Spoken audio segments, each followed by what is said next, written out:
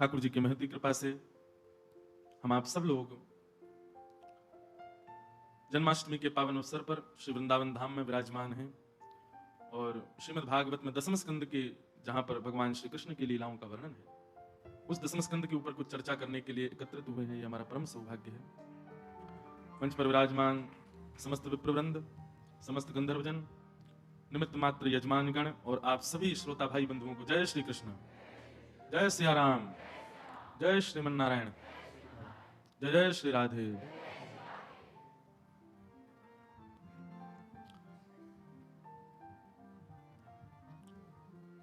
भाद्रपद की ये सुंदर तिथियां और अभी लाल जी का जन्मोत्सव होके ही चुका है। पूरे विश्व भर में आनंद की लहर थी। एक प्रकार से श्रीमद् भागवत जी की जयंती भी इन्हीं तिथियों में आती है। जब राधाष्टमी का समय है तो राधाष्टमी से लेकर के आगामी 7 दिन तक श्रीमद् भागवत जी की जयंती मानी जाती है। शुकाचार्य जी ने जो परीक्षित को भागवत की कथा सुनाई वो राधाष्टमी से प्रारंभ होती है और फिर आगे 7 दिन तक वो क्रम कथा का जो है वो पूरी भागवत जी की जयंती मानी जाती है। तो ऐसी पावन तिथियां हैं। हम आप सब लोग ब्रजमंडल में बैठे हैं ठाकुर जी के मधुर भाव सुनने के लिए। कल हम आप सब लोग कृष्ण लीला में प्रवेश के लिए अधिकार के लिए क्या आवश्यकता है वो हम सब श्रवण कर रहे थे, जिसमें विशेष प्रकाश डाला गया निर्गुणता। निर्गुणता ही गोपी का स्वरूप है। बहुत ध्यानपूर्वक सुनिएगा। श्री वृंदावन में रजोगुण, तमोगुण और सतोगुण ये बाह्य रूप से दिख सकते हैं आपको, पर आंतरिक रूप से ब्रजवासियों में और ब्रज में रहने वाले में निर्गुणता होती है। या केवल एक पक्षपात ना करके ब्रजवासियों का ही पक्ष ना लूं मैं, हरिप्रियों के अंदर निर्गुणता होती है। वो ना राजस भाव में होते हैं, ना तामस में, ना सात्विक में।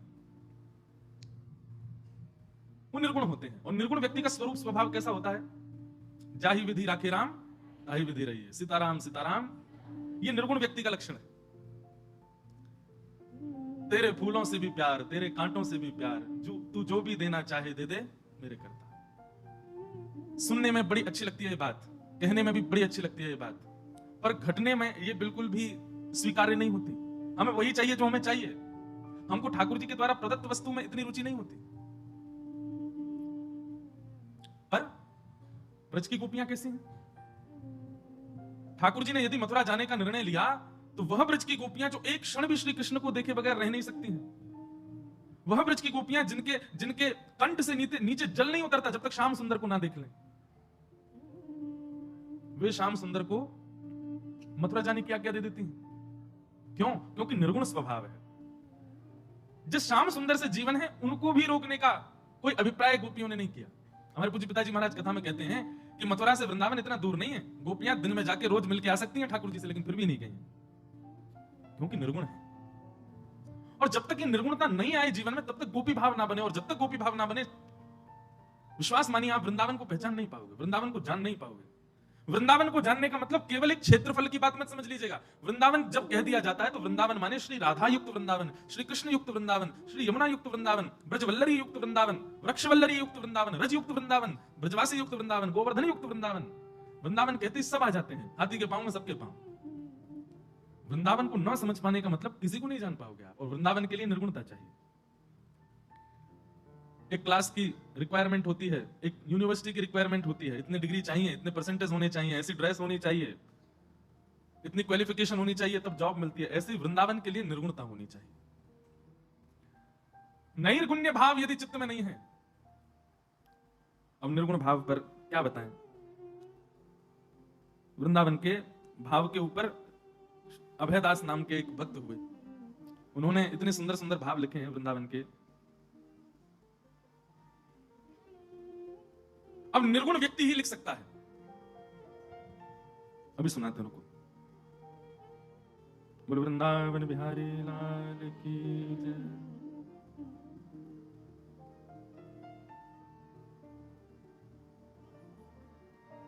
वृंदावन में सब धन्य हैं। वृंदावन शतक में लिखा है, यत्र प्रविष्टो सकलोपि जंतु आनंद सच्चित घनताम उपैति। वृंदावन में प्रवेश करने के बाद हर वस्तु पवित्र है, हर वस्तु श्याम सुंदर का स्वरूप है।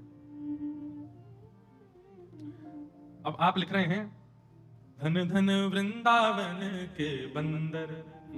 क्यों? आन कान काहू नहीं माने, लूटे सबके अंतर, धन धन वृंदावन के बंदर। हमारे पूज्य नाना जी पंडित श्री कृष्णलाल शास्त्री जी, वो कहते लाला यार रहस्य को कोई समझ ही नहीं पाए हो, जे बंदर सामान्य नहीं है। मैंने कि तो नाना जी कौन है? तो मैं नाना जी कहते, बोले ये बंदर हम लोगन को आज्ञा दे रहे हैं। बोले भैया वृंदावन में आए हो तो उन नेत्रन से ठाकुर जी को देखो जो नेत्र ठाकुर जी ने आपको दिए। एक्स्ट्रा 2 नेत्र कई को लगा के आए, हमारे बंदर चश्मा ले जाएं। बोले ऊपर ते कई को तुमने आंख लगा ली है, जो ठाकुर जी की वास्तविक आंख है उनसे देखो। अब ये निर्गुण व्यक्ति ही सोच सकता है, सामान्य व्यक्ति इस बात का विचार नहीं करेगा। सामान्य व्यक्ति तो दोष ही देखेगा, अरे राम बड़े खतरनाक बंदर, भाई चश्मा निकाल लो। धन धन वृंदावन की कोयल, क्यों? जिन बागन में रहे सदा ही, बोलत है मतवारी, बोलत आवे शब्द सुनावे, बैठे आम की डारी। धन्य है वृंदावन की कोयल। बोले क्यों? बोले जब कुहुक करके स्वर बोलती होगी तो उसके स्वर उन बागों में गूंजते हुए कभी तो बिहारी जी के कर्ण रंध्र में जाते होंगे, कभी तो राधा वल्लभ जी को सुनाई देते होंगे। धन्य है वृंदावन की कोयल, जाने वृंदावन में आकर के यह आनंद किया। और क्या लिख रहे हैं? धन्य धन्य वृंदावन के गधा, वृंदावन के गधा भी धन्य है। बोले काय को? माटी ईंट पीठ पे ढोवे, सबके बनावे द्वार। वृंदावन में ब्रजवासी के घर कौन थे बने? बोले ईंट पत्थर बने, उन्हें उठा के कौन लाया? बोले गधा लेके आए। बोले धन्य है इन्हें ब्रजवासी के घर तो बनाए, इतनी सेवा तो करी, हम तो यूं नहीं कर पा रहे हैं। जिन ब्रजवासी के घर जा करके ठाकुर जी ने आनंद माखन चुराया, उन ब्रजवासी के घर इन गधान की कृपा से बने, ये धन्य है। गैल घाट में करें जीव का हो कथे मतवारे। और बोले कहां रहे में? बोले वृंदावन की गैल, गैल मतलब गलीन में, गैल मतलब मार्ग में, वृंदावन के मार्ग में धन्य है ऐसे। और क्या लिख रहे हैं? धन धन वृंदावन की चेटी, वृंदावन की चेटी भी धन्य है। बोले काय को? महाप्रसाद को किनका लेके जाए, भील में बैठी। कहा खावे वृंदावन की चेटी? बोले जो कछु पड़ो मिल जाए वही को खा जाओ, वृंदावन में कछु और पड़े कोई ना, सब ठाकुर जी को महाप्रसाद है। धन्य है वृंदावन की चेटी, महाप्रसाद पाकर के अपने बिलन में जाकर के बैठ जाए। है गयो ज्ञान ध्यान हृदय में, व्यधि जन्म है मेटी। सब रो ज्ञान ध्यान सब है गो। अरे सामान्य नगरन में जन्म लेवे से वारी तो धन्य तो वो चेटी है जो वृंदावन में जन्म रही है। धन धन वृंदावन के मेढक, वृंदावन के मेढक भी धन्य। बोले क्यों? ठाकुर की मोरी में बैठे, बोले न्यारे न्यारे।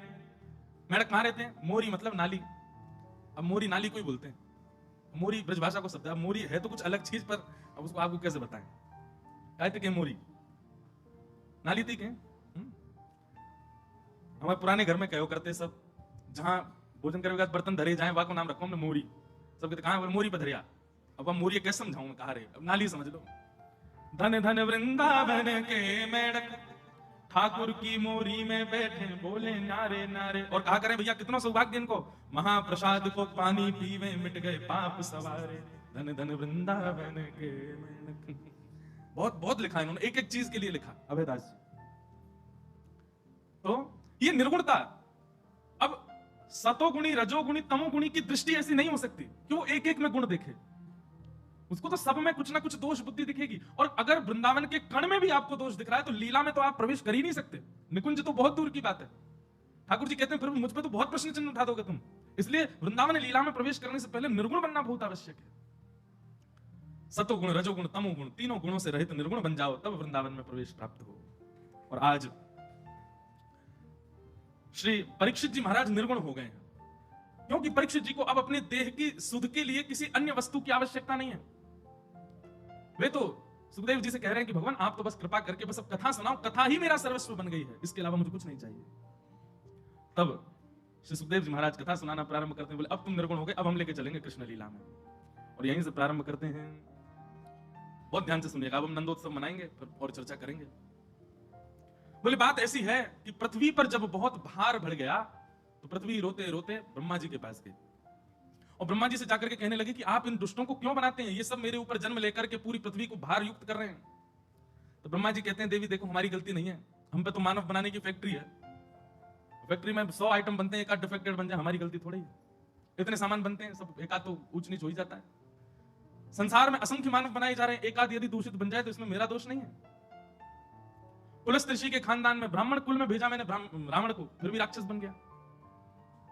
आप चाहती हो कि इन राक्षसों का कल्याण हो तो आप महादेव से प्रार्थना करो, महादेव कृपा करेंगे तो इन सब राक्षसों का कल्याण हो जाएगा।